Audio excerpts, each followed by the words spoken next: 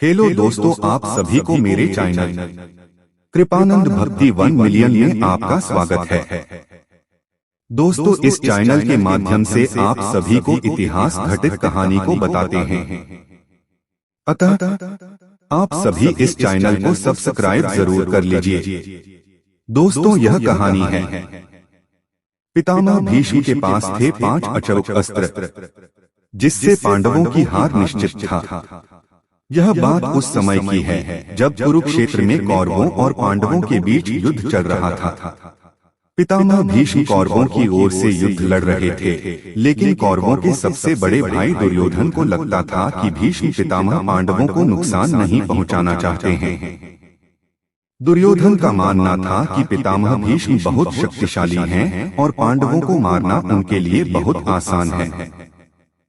इसी सोच में डूबा दुर्योधन भीष्म पितामह के पास पहुंचा। दुर्योधन ने पितामह से कहा कि आप पांडवों को मारना नहीं चाहते, इसीलिए आप किसी शक्तिशाली हथियार का इस्तेमाल नहीं कर रहे हैं। दुर्योधन की बात सुनकर भीष्म बोले, अगर तुम्हें ऐसा लगता है तो मैं कल ही 5 पांडवों को मार गिराऊंगा। मेरे पास 5 चमत्कारी तीर हैं, जिनका उपयोग मैं कल युद्ध में करूंगा। भीष्म पितामह की बात सुनकर दुर्योधन बोला, मुझे आप पर भरोसा नहीं है, इसलिए आप ये 5 चमत्कारी तीर मुझे दे दीजिए। मैं इन्हें अपने कमरे में सुरक्षित रखूंगा। भीष्म ने वो 5 तीर दुर्योधन को दे दिए। दूसरी ओर श्री कृष्ण को इस बात का पता चल गया। उन्होंने अर्जुन को इस बात की जानकारी दी। अर्जुन यह सुनकर घबरा गया और सोचने लगा कि इस मुसीबत से कैसे बचा जाए।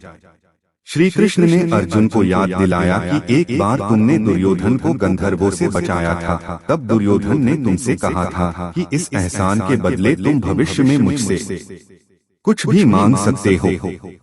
यह सही समय है, तुम दुर्योधन से वो 5 चमत्कारिक तीर मांग ला। इसी तरह तुम्हारी और तुम्हारे भाइयों की जान बच सकती है। अर्जुन को श्री कृष्ण की सलाह बिल्कुल सही लगी। उसे दुर्योधन का दिया वचन याद आ गया। ऐसा कहा जाता है कि उस समय सब अपने दिए गए वचन जरूर निभाते थे।